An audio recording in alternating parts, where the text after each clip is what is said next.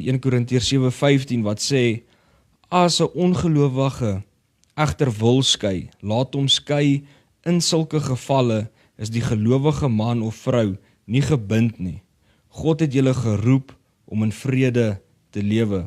So jou tweede rede sal dan nou wees om van jou huweliksmaat te skei, is as dit 'n ongelowige huweliksmaat is, en die ongelowige huweliksmaat wil nie meer saam met jou wees nie, of hy loop weg, of hy verwerp jou en sê, hoor, ek wil niks met jou te doen nie, ek wil skei.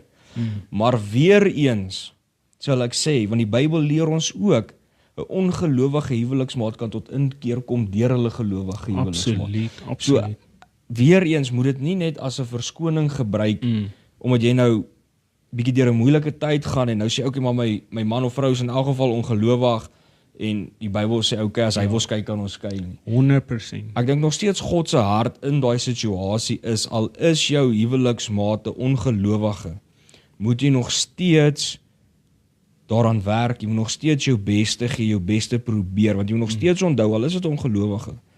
Maleagi sê, God haat dit as mense skei. Absoluut. Ja, want God ken jou hart. God ken jou hart natuurlik.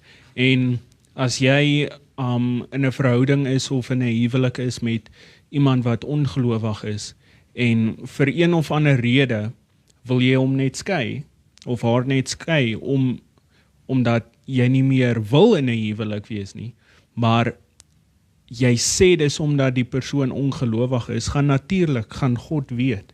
En hy gaan sien vir wat dit is. Hy gaan dit nie aanvaar as omdat die persoon ongelowig is nie.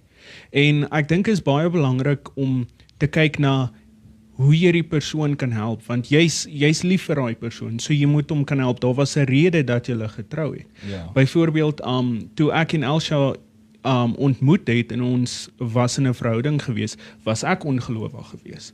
En in haar manier het sy en haar familie my verander in 'n manier waar hulle my tot die geloof toegebring het, tot Christus toegebring het.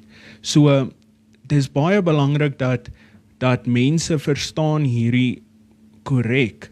Jy moenie net skei omdat die persoon ongelowig is nie, maar as die persoon jou verwerp en alles doen om teen jou te wees, dan absoluut, dan kan jy skei.